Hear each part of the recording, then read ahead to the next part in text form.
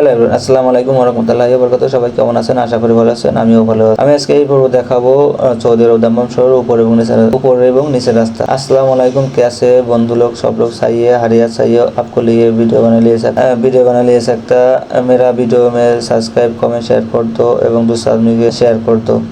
আল্লাহু আল্লাহু আল্লাহর নবী বলেছেন, পরহেজগার সেই ব্যক্তি যার ভিতরে চারটে জিনিস নেই।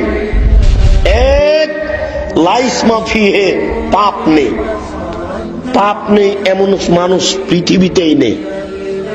তাহলে আল্লাহ রাসূল বললেন যে পাপ নেই। পাপ নেই মানে পাপ হলেই ক্ষমা চাই, এই ব্যক্তির পাপ নেই। ওয়ালা বাগিয়ে, যার সীমা লঙ্ঘন নেই। চারটে জিনিস নেই যার, সেই হলো পরহেজগার। এক, পাপ নেই যার, মানে পাপ হলেই ক্ষমা চাই।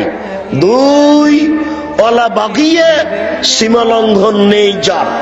বড় সীমা লঙ্ঘন, তার বাড়িটাই দখল করে নিলেন জোর করে। ছোট সীমা লঙ্ঘন, মরিচ কিনছিলেন, দাঁড়িপাল্লা হয়ে গেছে, 100 মরিচ নেবেন, একটা মরিচ হাতে আছে, এই মরিচটা কোথায় রাখবেন? যদি আপনার পাল্লায় রাখেন তাহলে আপনি সীমা লঙ্ঘনকারী, যদি আপনার ব্যাগে রাখেন আপনি সীমা লঙ্ঘনকারী। এই মরিচটা ওই লোকের ডালিতে তার পাল্লায় রেখে দিতে হবে, আপনি নিজের ভিতরে নিতে পাবেন না। যদি নেন তাহলে এটা হবে সীমা লঙ্ঘন।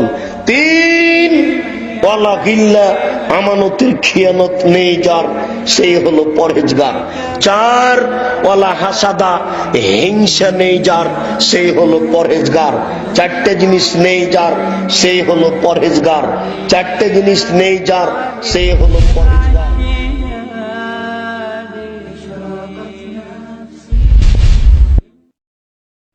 لا إله إلا الله محمد رسول الله لا إله إلا الله محمد رسول الله